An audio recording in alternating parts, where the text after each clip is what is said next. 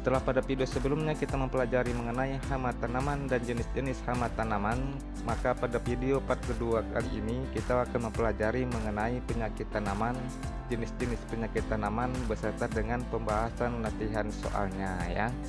Namun bagi kamu yang baru menemukan channel ini, ada baiknya untuk mensubscribe dan nyalakan loncengnya untuk mendapatkan updatean terbaru dari channel Kelas Ilmu ya.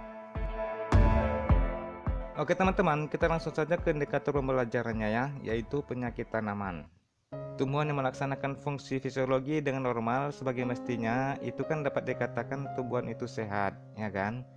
Sedangkan kalau tumbuhan itu sakit, apabila salah satu dari fungsi fisiologi dari tumbuhan tersebut terganggu karena gangguan patogen maupun faktor abiotik sehingga terjadi penyimpangan dari keadaan normal ya. Penyakit tumbuhan itu dapat diartikan sebagai suatu proses kerusakan di mana kerusakan tersebut dapat disebabkan oleh rangsangan yang terjadi secara terus-menerus ya, dengan cara terhambatnya aktivitas seluler dan diekspresikan dalam bentuk karakter patologi yang khas yang disebut simptom atau gejala ya. Kemudian penyakit dapat digolongkan berdasarkan organ tanaman yang diinfeksi serta mengganggu fungsi fisiologis dari tumbuhan. Antara lain itu yang pertama adalah penyakit yang menginfeksi akar dapat menyebabkan dan mengganggu proses pengambilan air dan hara ya. Lalu yang kedua itu penyakit yang menginfeksi daun dapat mengganggu proses fotosintesis pada tanaman. Yang ketiga itu penyakit yang menginfeksi batang dapat mengganggu proses translokasi air. Yang keempat, penyakit yang menginfeksi benih atau biji dapat mengganggu fungsi penyimpanan atau reproduksi ya. Sedangkan yang kelima, penyakit yang menginfeksi buah dapat mengganggu proses reproduksi tanaman ya. Paham ya? Tumbuhan sakit dibagi ke dalam dua kelompok penyebab penyakit, yaitu penyebab biotik dan abiotik ya. Tanaman sakit yang disebabkan oleh faktor biotik atau organisme hidup yang merupakan penyebab penyakit yang sifatnya infeksius atau menular ini ya, seperti bakteri, virus, cendawan, nematoda, dan protozoa yang berpotensi sebagai patogen bagi tanaman. Lain halnya tanaman yang sakit disebabkan oleh faktor abiotik. Faktor abiotik ini yaitu penyebab penyakit yang sifatnya non-infeksius atau tidak menular ya. Faktor lingkungan yang menyebabkan penyakit tanaman seperti kelembaban, temperatur, polusi, dan nutrisi mineral.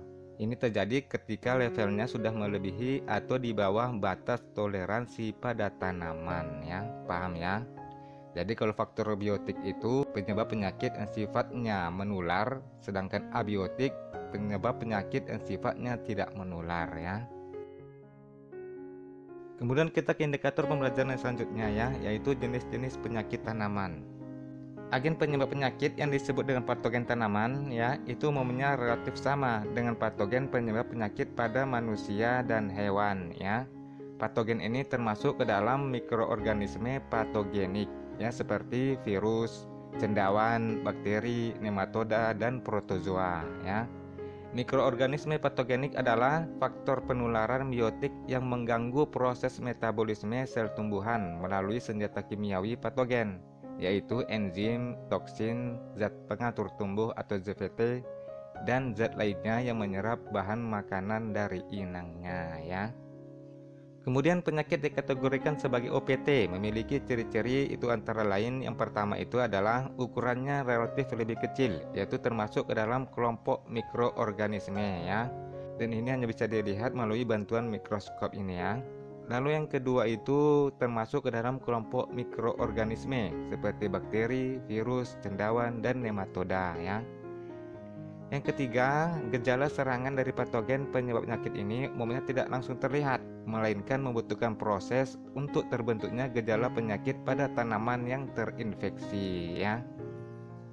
Umumnya tanaman yang sakit dapat ditandai dengan adanya gejala yang perubahan dari struktur morfologi, fisiologi, maupun anatomi tumbuhan yang merupakan reaksi tanggapan terhadap infeksi patogen penyebab penyakit.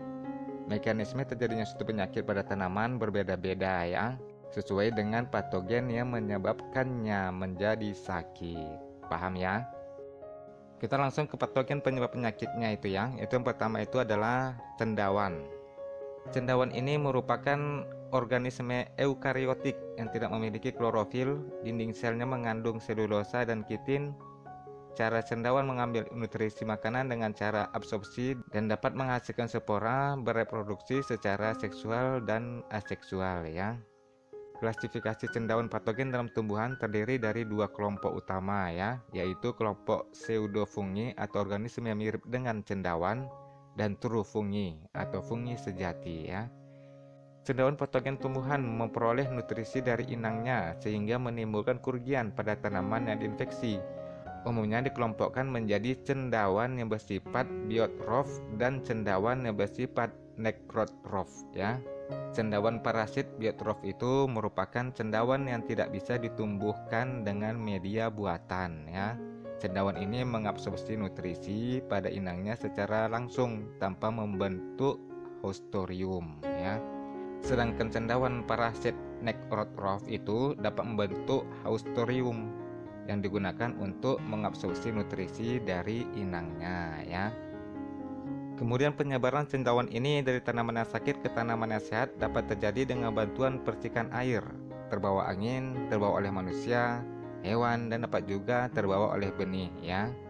Gejala penyakit yang dapat ditimbulkan akibat infeksi patogen cendawan itu berupa layu, nekrosis, penyakit embun, karat, bercak, hawar daun, hipoplasia ini atau mosaik atau kerdil ini ya, dan busuk buah ya. Itu contohnya penyakit busuk buah kakao yang disebabkan oleh cendawan Phytophthora palmivora dan penyakit jamur akar putih yang disebabkan oleh Ganoderma spp ya. Paham ya? Lalu yang kedua itu bakteri ya. Bakteri dapat diartikan sebagai mikroorganisme uniseluler bersel tunggal ya. Bakteri dapat hidup sebagai saprofit, juga bisa simbion maupun sebagai patogen yang berpotensi sebagai parasit pada tumbuhan ya. Bakteri patogen tumbuhan dapat memperoleh energi dari tumbuhan untuk memenuhi kebutuhan hidupnya dengan cara memarasit dan menginfeksi jaringan tanaman ya. Gejala serangan yang nampak akibat bakteri ini diantaranya dapat berupa bercak daun, busuk lunak, hawar daun, kelayuan tanaman, pertumbuhan tanaman yang melebihi ukuran normalnya seperti tumor, kudis, buru, kanker, fasiasi, dan bintil ya. Gejala layu bakteri atau layu pembuluh ditandai dengan kematian jaringan di sekitarnya. Ini contohnya adalah bakteri Ralstonia solanacearum ya. Kemudian gejala bercak dan hawar yang menginfeksi daun tanaman ditandai dengan gejala nekrosis. Kemudian busuk lunak biasanya menginfeksi umbi, buah, dan organ penyimpanan lainnya. Ini disebabkan oleh Erwina spp ya. Paham ya? Lalu jenis patogen yang ketiga itu adalah virus ya. Virus adalah partikel hidup berukuran ultramikroskopis yang merupakan parasit obligat yang mempunyai komponen utama berupa asam nukleat ya, yaitu DNA atau RNA yang diselubungi oleh selubung protein ya. Penularan virus dari tanaman sakit ke tanaman sehat dapat terjadi secara mekanik, yaitu melalui luka, penyambungan, vektor serangga, bahan perbanyakan vegetatif benih, dan polen ya. Misalnya tomato mosaic virus dapat ditularkan melalui biji dan kontak langsung. Gejala yang dapat dibentuk pada tanaman yang terinfeksi virus itu berupa yang pertama itu gejala lokal yang berkembang dan terbentuk di dekat jalan masuk virus. Di antaranya klorosis lokal, nekrosis lokal, dan bercak bercincin atau ring spot ya. Contohnya ini tobacco ring spot virus atau TRSV. Kemudian yang kedua itu gejala sistemik, merupakan gejala yang meluas ke semua bagian tanaman seperti stunting atau kerdil ya. Paham ya? Lalu yang keempat itu nematoda. Nematoda merupakan salah satu patogen yang dapat menyebabkan kerusakan pada tanaman dan menimbulkan kerugian. Kerugian yang ditimbulkan oleh adanya serangan nematoda ini dapat menjadi besar karena nematoda dapat berinteraksi dengan patogen lainnya ya. Nematoda dapat menyebabkan predisposisi substrat jaringan tanaman yang menyebabkan patogen agen tumbuh dan berkembang dengan baik di dalam jaringan tanaman ya. Nematoda ini dapat melemahkan tanaman dengan cara mematahkan ketahanan tanaman terhadap patogen penyebab penyakit tanaman ya. Nematoda juga bertindak sebagai vektor pembawa virus tanaman ya. Paham ya? Kemudian berdasarkan posisi cara makan nematoda, parasit tumbuhan dikelompokkan atas. Itu yang pertama adalah nematoda ektoparasit, yaitu nematoda yang pada waktu makan tidak masuk ke dalam jaringan akar. Contohnya nematoda Longidorus dan Paratylenchus ya. Lalu yang kedua nematoda endoparasit, yaitu nematoda yang pada waktu makan seluruh tubuhnya masuk ke dalam jaringan tanaman. Contohnya Heterodera dan Meloidogene ya. Lalu yang ketiga itu nematoda ektoendoparasit, yaitu nematoda yang pada waktu makan sebagian tubuhnya masuk ke dalam jaringan tanaman. Contohnya itu Tylenchulus ya. Kemudian cara nematoda menyerang dan merusak tanaman dapat berupa, itu yang pertama kerusakan secara mekanis. Nematoda masuk ke dalam jaringan tanaman dengan cara memasukkan stiletnya untuk membuat jalan masuk mencari makanan ya. Lalu bergerak di antara sel-sel di dalam jaringan makanan. Contohnya adalah nematoda Meloidogune spp ya.